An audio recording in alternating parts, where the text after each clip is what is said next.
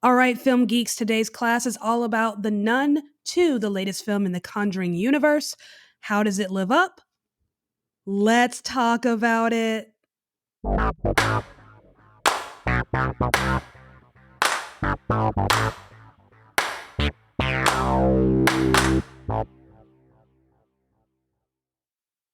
What's up, y'all? Welcome back to another episode of All Right, Let's Talk About It. My name is Savannah. I am your host. I do film reviews and film industry commentary. And I'm not going to keep y'all here super long today. We're talking about The Nun. When it comes to horror movies, unless it's spectacular, there's really not a whole lot to talk about. I mean, they all pretty much follow kind of the same formula, the same motifs, a lot of jump scares. The question a lot of people are asking is the movie scary? And we're going to get to that. But this is The Nun II, directed by Michael Chavez. This is actually his second film, the second film he's directed in this franchise. He directed The Curse of La Llorona. This stars returning Thaisa Farmiga, Jonas Bloquet. I'm not sure. He is from Brussels, Belgium, so quite possibly he speaks French. I assume so. Storm Reed, Anna Popplewell, Bonnie Aarons, and Caitlin Rose Downey. This is the 1, 2, 3, 4, 5, 6, 7, 8, ninth film in this franchise. And I think the Marvel universe has, spooked people a bit. Because with Marvel, and this is one of the reasons why I'm not big on Marvel, is it feels like you have to watch 40 films just to understand one. And you have a couple of films that can't stand on their own. It's not like you could just watch that film and be good. No, you really have to kind of watch this film and then this film and then this film in order for that film to make sense. And that can be a bit frustrating, I think.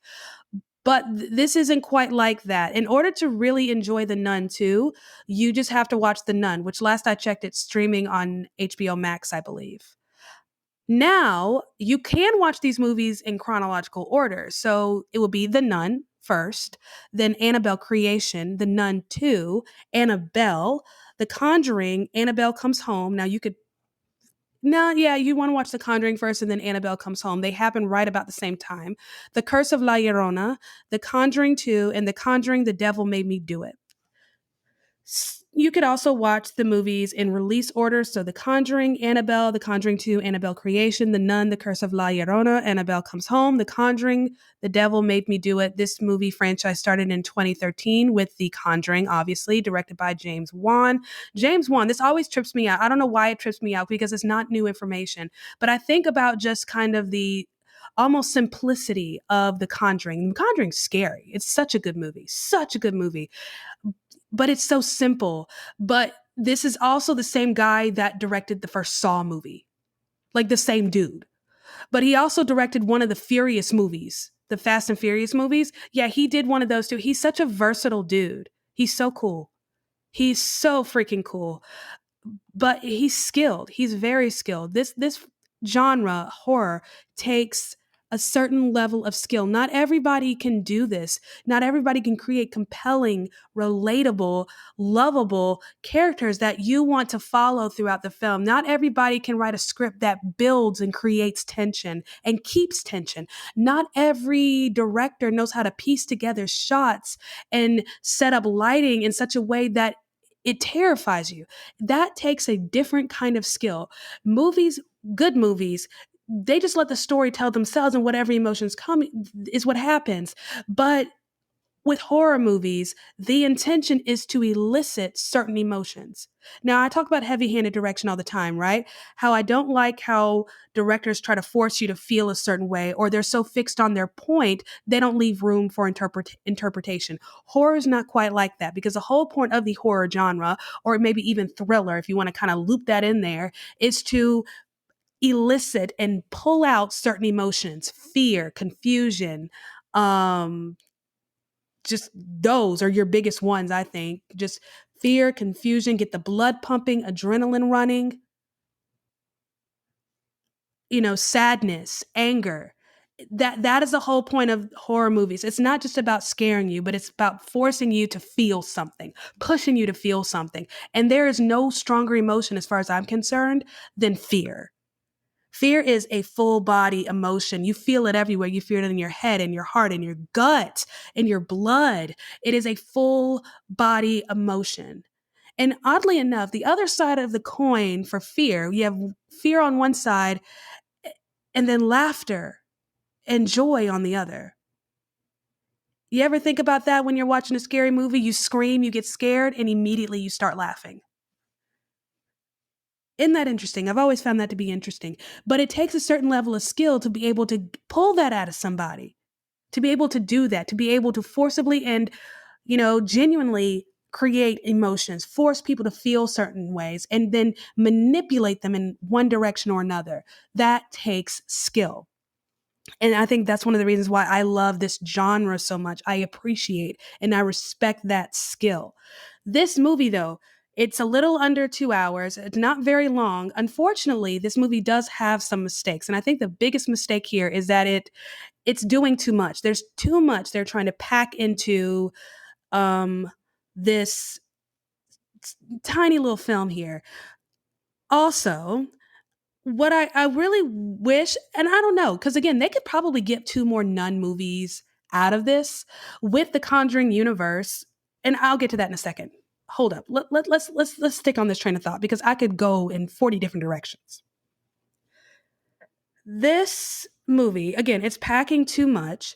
It strays away from the mythology. We kind of get away from what makes this nun scary, and we settle instead for this nun is less of a demon and more of a boogeyman.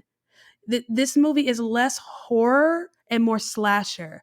It's very thriller. This They took this franchise and they added a little thriller in there, and I'm not sure if that's intentional, but this is very much thriller in the way that it creates, builds, and keeps tension. It does that incredibly well. I think the biggest flaw here is that it's trying to stuff too much. And it does very well in the beginning. We get a great middle, and in the end, it gets a little weird because it goes from being, a demon ghost story to kind of a monster movie, just a bit. But I like the monster movie. There was a goat. There was a goat. Um, Goats are not supposed to come down the stairs like that. That was scary. I screamed. I screamed a lot in this movie. This thing was scary, y'all. I was scared, genuinely scared. Full body fear, scared. I was not anticipating this movie to be um, this scary. It is a miracle no one was sitting beside me because when I say full body, I mean hands, arms, feet, legs flying, me putting my hand out in front of my face like something's coming at me. Like I had a physical reaction to watching this movie. This is why I love horror because no other genre can physically move you like that. I love it. Exhilarating. This movie is scary. It is so scary. And it doesn't stop being once it hits that scary mark, it doesn't really stop. There are definitely some jump scares, but once this movie figures out where the tension is, God, it builds. It builds so well. So this movie is a lot of fun. It's exhilarating. It's a roller coaster ride of emotions. And I definitely appreciate that part. So yeah, there are some mistakes. There are some flaws. It's not perfect. Is this the best movie in the franchise? Absolutely not. But my God, this was probably the most fun. That was a roller coaster ride. I was not expecting that. I didn't think it would be better than the first Nun, what sequel is, but I was not expecting this to be such a roller coaster ride of scary. I was genuinely scared. I might have to watch Disney Channel to fall asleep. That kind of scared.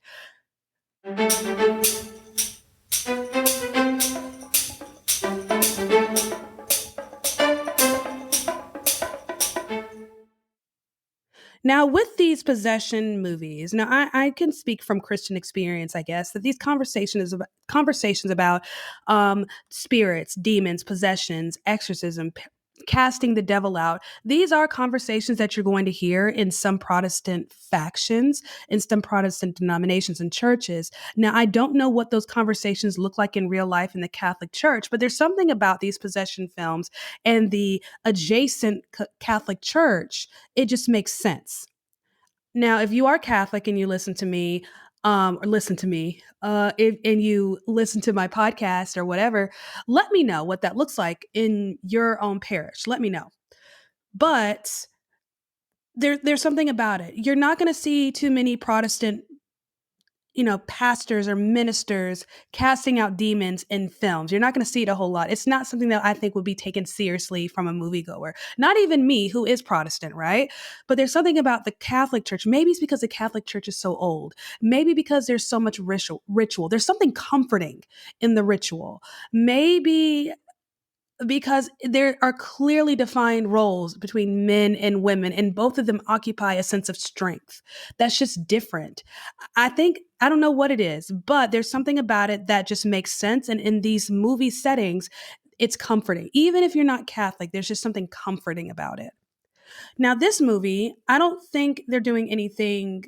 Wouldn't say they do this well or they do this bad, but I just found it to be very interesting. It's something I would love to dig into more. I definitely want to watch this movie again, but we get a deeper look into faith and the role that faith has in these kinds of situations, the casting out of demons. It's something that's talked about in the Bible, definitely with Jesus, when, he sends the 12 out to do things and they're struggling to do the things that Jesus can do. And it all comes down to faith and really digging into faith and having faith and what that looks like, what that means. And we have Sister Deborah who's struggling with that, not just her own faith, but just purpose in general. And so there's a moment at the very end where it clicks for her. And when it clicks for her, when she has found her faith, that's when they're victorious. So we get a deeper look into faith, and not just faith in general, but what I love this film did was it communicated things about the Catholic Church or Catholicism in general that might be foreign to those of us who are not familiar. So it's not even like a big deal though. It's just little things like holy water or the purpose or an altar boy, the clothing, things like that. The rosary, the Mary, Mother of Grace, is it the Hail Mary prayer? Correct me if I'm wrong. I don't know. Little things like that, giving us a deeper look into this religion. I don't know. I thought that was kind of cool because we're told to just kind of just trust that these priests and these nuns in these movies kind of know what they're doing. But what we get here is we see where that strength comes from. I thought that was kind of cool. I don't know if was intentional, but that's what I got out of it. I don't know. I loved seeing how faith plays into this casting out of demons. I thought that was something that was very well done. It's not just like, oh, the Catholic Church is here to save the day. Faith is here to save the day. Because you have these two nuns who are clearly Catholic, who are sent to do this job, but it is not until faith happens. I thought that was beautiful. Now, don't come at me thinking that, oh, is she saying anything negative about the church? No, not at all. I just thought I think that's something universal, whether you're Catholic or Protestant or whatever, it's nothing. There is no strength without faith. I thought that was interesting. I thought that was beautiful.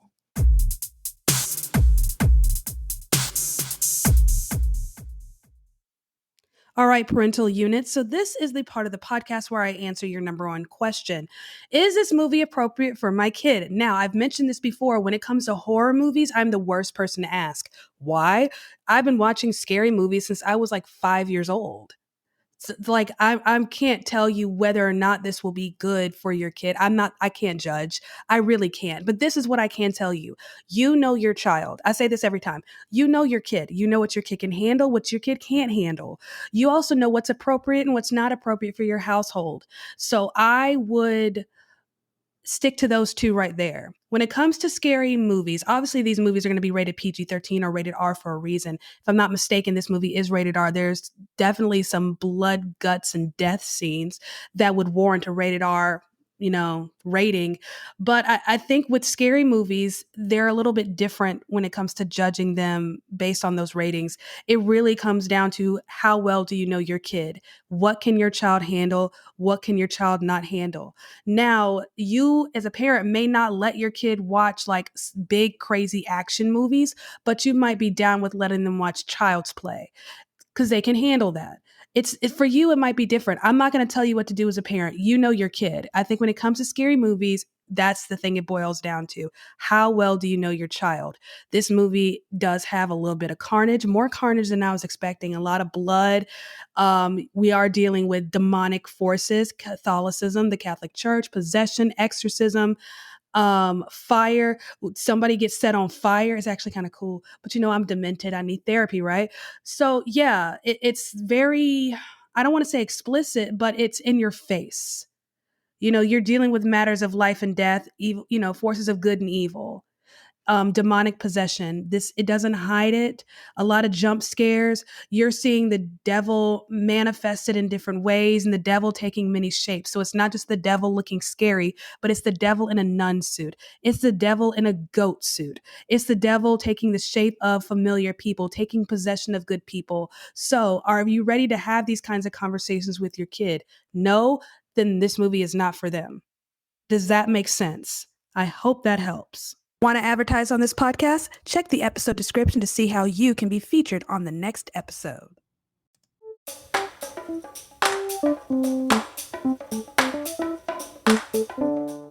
Thank you so much for listening to me rant and rave about yet another movie. So that was The Nun II. Just to sum it up, it's doing a little too much. It's a little more slasher, a little more thriller than your normal Conjuring movie, but it's scary as hell. It's a lot of fun. That was good, scary fun. It's the kind of scary that I find fun, so I'm not sure how that helps you. But what is coming up? So I hope you've been paying attention. We have a series on this podcast called $2 Tuesdays where I talk about movies we haven't talked about before, and I am thoroughly enjoying that. Fun fact, I have all of the $2 Tuesdays recorded for the month of September, and I already got the first week of October done. When I say I'm excited about this, I'm very excited. I've been wanting to do kind of a midweek constant, and everybody says Throwback Thursday, so I wanted to do $2 Tuesdays because I want to be unique and special and whatnot. Anyways, so in the world of reviews, what is coming up? So I already have my ticket for A Haunting in Venice, I believe is what it is. The Haunting in Venice or A Haunting in Venice. I don't even know. But what I do know is I will be back in New Orleans next week. So I will be at my regular spot, watching movies at my AMC theaters. I'm sure they probably thought I died. When I tell you they're so used to seeing me every week, like they're used to seeing me. There was a time where I actually hadn't been at that theater for a couple of weeks, and they're like, and the woman who normally checks my tickets was like, "Where you been? Where have you been?"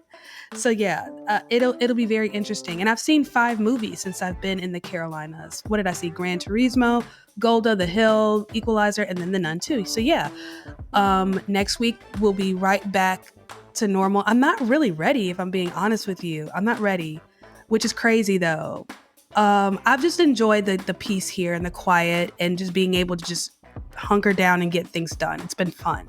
So getting back to the busy of New Orleans, that part I'm not looking forward to because I feel like I've just been spoiled being here. But it's been a great reset. Got to see some friends, go to Bible studies, my old church. So back to real life, starting on Sunday. So yep, it'll be a long drive back, but I'm ready to get back to real life. It's time. It's time. It's time. So yeah, Haunting in Venice, and then It Lives Inside.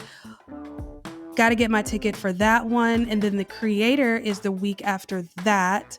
And then starting in October, we get The Exorcist, Believer. I think it's called Believer. And that should be very interesting. That is from the director who did Halloween Ends. I think he did all 3 Halloweens, the latest one starting in 2018. I can't remember if he did all 3, but I have yet to forgive him for what he did for Halloween Ends. Ooh, I'm still mad. That was not the ending I deserved. I'm just saying. After what I went through in 2022, absolutely not, but I digress. So yeah, that's what's coming up. Let me know if you go see The Nun II. What's your favorite scary movie? Yep, I just asked that. What's your favorite scary movie? Let me know in the comments section. Convince me why I should love your favorite scary movie. I dare you, convince me. But that was fun. I enjoyed that. Let me know what you think if you go and see it. You guys are amazing. Don't forget to like, comment, and subscribe. And I will see you next time.